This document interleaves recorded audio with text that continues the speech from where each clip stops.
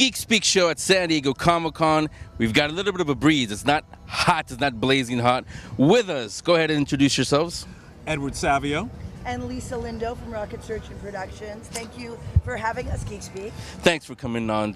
We got to start with they just told us right before you came on your first ever Comic-Con. Yeah. So before getting here, my image was that this would be like the running of the bulls, except we're all bulls. Yeah. And except dressed up in Princess Leia Stormtroopers. and somebody, Spider-Man. and somebody who was here years and years and years that says that's 100% accurate. And I think I underestimated it. I think it was a little bit crazier even than that. How many times have you done? Comic-Con, San Diego Comic-Con, this is my 9th, I think it is. Wow. But the last one before I started doing with the microphones, before I started doing that, I just came as an attendee, right. 96, 97, around there. Right. It feels like a million years ago, only right. because So different. I walked up to the door, bought a ticket, And you walked right walked in and out of panels. Yeah. You can't do that anymore. Can't do it anymore. There was room in the aisle. This is it. This is what's happening. Geek became Chic. super chic. Yeah. Right? We are now the jocks. You guys are the jocks. Yeah. You're the jocks. We're not throwing anybody in lockers. We're nicer. No, you're designing other kinds of tortures. Oh, by the way, a book. Yeah, that's over here. Sorry. Yeah. We're at Comic-Con, so how can we not talk Comic-Con? Right. So don't spoil it. Tell them, for those who are hearing about it for the first time, tell them about the book, the first one first, then we'll get into the new one. Yeah, so the series is called Battle for Forever, and the first book is Alexander X. And Alexander is this teenager. He's a junior in high school. We don't spend a lot of time at school. We kind of get into our story. But he's a little different. And the reason is he's 1,500 years old. And he's been sitting in school over and over the past 100 years because he has to keep a low profile. And there's other people like him that are 4,500 years old who have been some of the most powerful people in the history of mankind. Yeah. And they've also they've had to be quiet for the last 100 years. So the story is, hey, here's this kid who can do all these amazing things, like play piano and play sports and do all this. How did he get so good at it? Well, because he's had 1,500 years of practice. But what if you can't be famous anymore? What if you could not be famous anymore? And these people who are super powerful say, oh, I don't know if they were Alexander the Great in the past. What would they do if they couldn't be famous? And that's what the story and the premise is, how it's kind of like the tension between these people who don't want modern society to rein them in any longer. Yeah. Yeah, go ahead and jump in, share a microphone. When he says they couldn't be famous anymore, anybody can be famous. But they can't be famous anymore because there's so many ways now where people would recognize you. So if you were a famous boxer, and 10 years from now you try to be somebody else, they already know what you look like. They've heard you on video, there's fingerprints, there's eyeball recognition, there's cameras everywhere. So they've been forced to no longer be famous because you would recognize them if they popped up. So a kid that's an eternal, maybe every 4 years or so, you'll notice they're not aging. Yeah. So you have to leave your whole life and start over somewhere else. As an adult, maybe you can last 10, 20 years before someone notices you're not really aging like everybody else. But each time you can then be, in the past you could be a chess champion, you could be anything that you wanted to be. You could be a famous battle general. But now, if you were famous for 10 or 20 years, how are you going to come back? How are you going to come back? People are going to know who you were. They're going to know the cadence of your voice. So they're a little over our current technology. And they kind of are thinking about taking it down.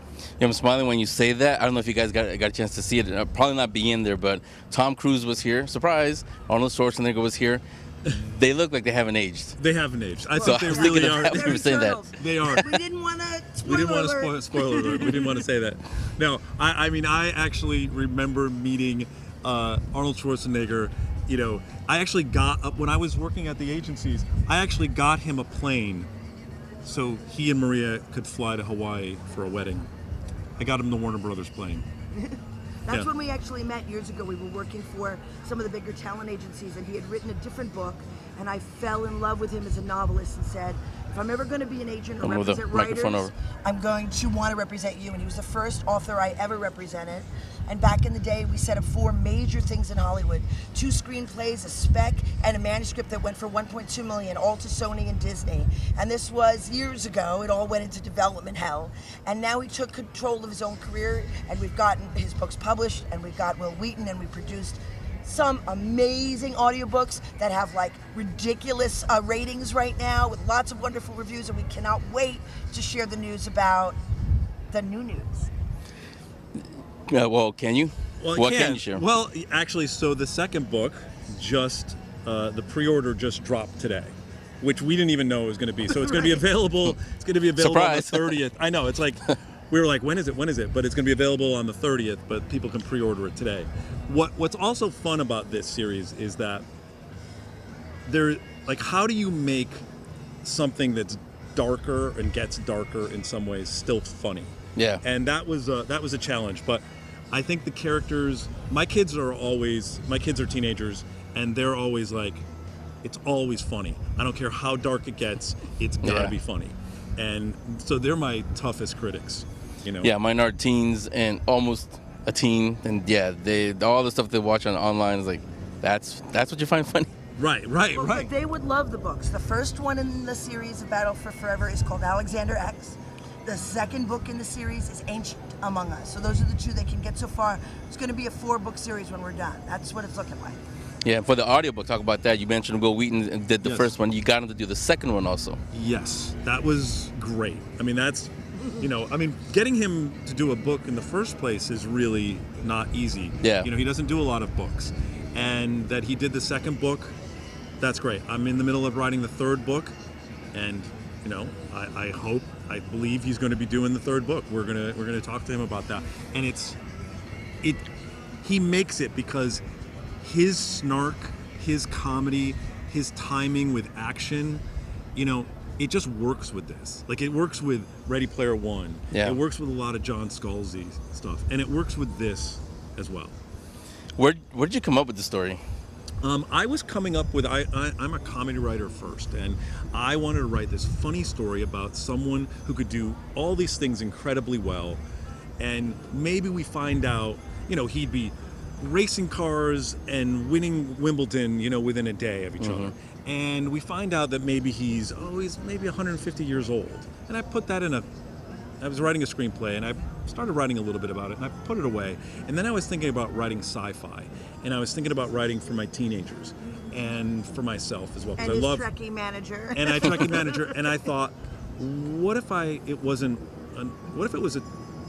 not 100 years old? What if he was 1,500 years old? What if it wasn't one person? What if it was 1,000 people in the world like this, and they have affected our history that we had no idea? And how could I make that world, which was a small little thing, be huge? And it's gotten even bigger. And that's where it started from, and then everything filled in after that. Yeah, because I was listening to, this is why it's the Geek Speak show. I am a geek. I was listening to the audiobook actually on the way up here on the road trip to San Diego. I didn't finish it, but Right. I wish the trip was longer because I needed to. I guess what I'm going to listen to on the way back. But yeah, you're right. With Will, it's perfect.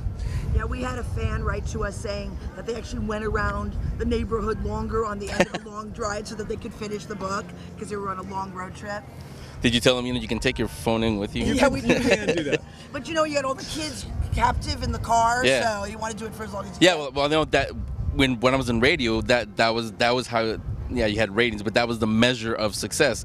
If you couldn't turn it off, because I want to see what he's going to say next, you're good. Well, and that's it. And especially with Will, one of the things that I listen to is, as a screenwriter, I'm a screenwriter first, right? So as a screenwriter, I'm used to having actors say lines, Yeah. but book authors don't, they don't normally have that. I mean, You don't get that feedback. You don't get that feedback like that.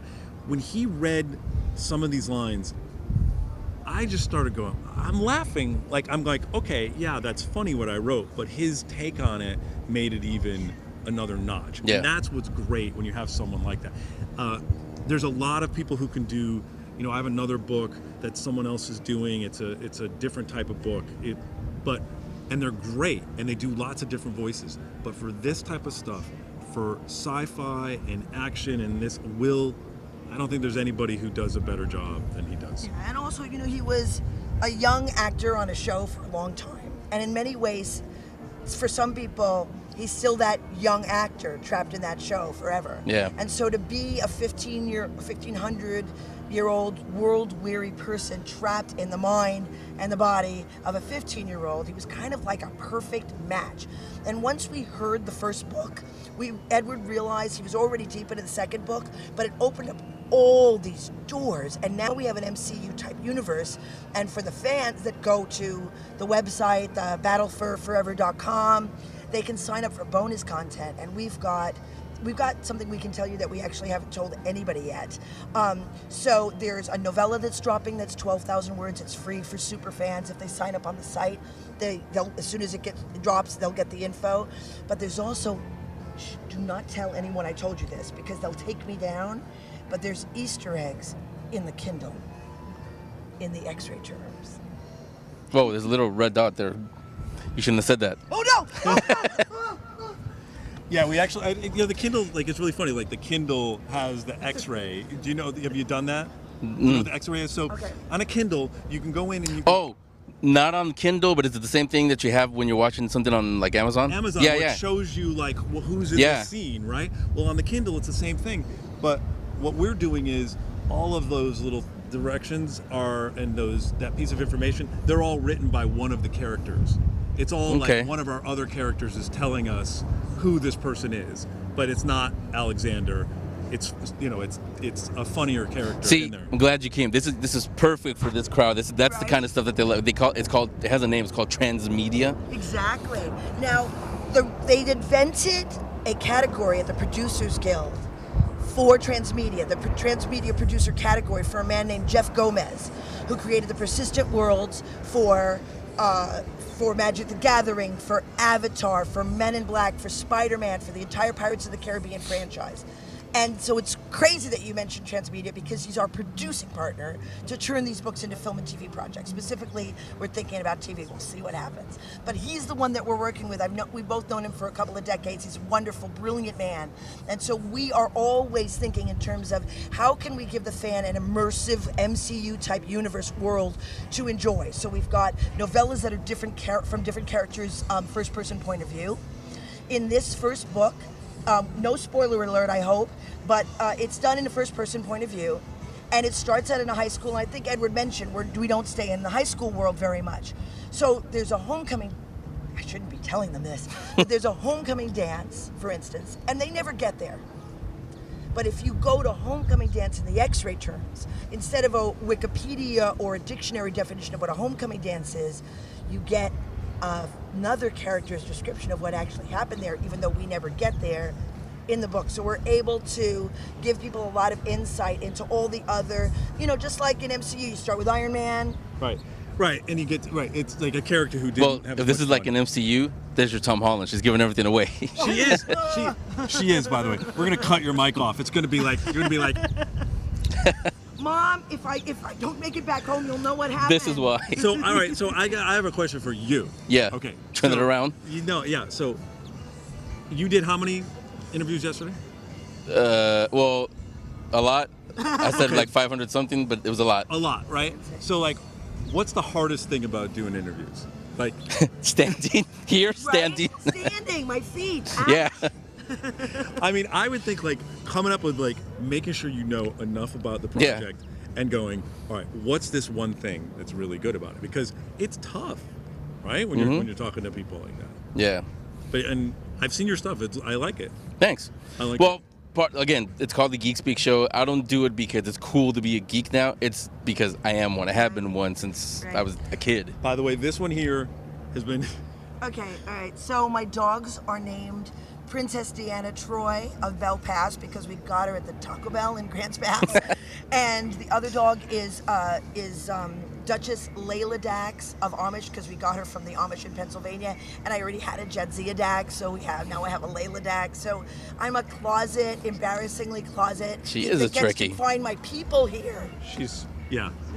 No, but that's it exactly. When you come here, this is a safe zone before safe zone was a thing. Right. Yeah, because you probably remember, we used to have to hide our Star Wars T-shirts, all of that. Yeah. With my kids, I tell them, you guys don't know how good you have it. I had to hide all that my stuff. My kids are all about that stuff, and I was like, you know, even then they're like, did you read a lot of comics? And like, I wasn't a comic book person because I was more of a movie person. Yeah. And they've like turned me on to it in a way that like it's just opened up a whole new world. It's great, and the IP and the interesting stories that they're doing. Well, that's what I call the MCU stuff. Kevin Feige doesn't like it, but I call it a gateway drug because it opens you up to the world of comics. That's right. Yeah. That's right. And I have pogos, so I go back. I love comic books. Back in the day, gosh, I think this was literally like 17 years ago. I was working with Deborah Hill. I used to be a big deal agent back in the day, and she had done Escape from New York, and Escape from New York was really popular, but they were referencing it in video games, right? In Metal Gear Solid, he's Snake, right? We thought you were dead. They're always referencing the characters, but they hadn't resurrected the franchise. And we came here with a series of comic books we did with Fabienne Cienza, and we created the Snake Plissken Chronicles, because it's a wonderful place to not only invent and discover new artists and new IP, but also rediscover and reinvent the world. Just like last night we met Andy Lanning, I think is his name, and there was the Guardians of the Galaxy books, and then he brought it back to life for the Guardians of the Galaxy comic books, which changed Groot from a character that used to speak completely to a Hododo kind of character who just says, I am Groot. I'm a geek, I'm sorry. I'm speaking geek, right? Yeah. And so, and that was where they went off, and then that was a touching point to become the incredible film series and be part of the whole universe that it is now. So it's like taking a bath in Brilliant when you're over there in the halls. We got to put that on the T-shirt. Yeah, you got to put that on the T-shirt. Exactly.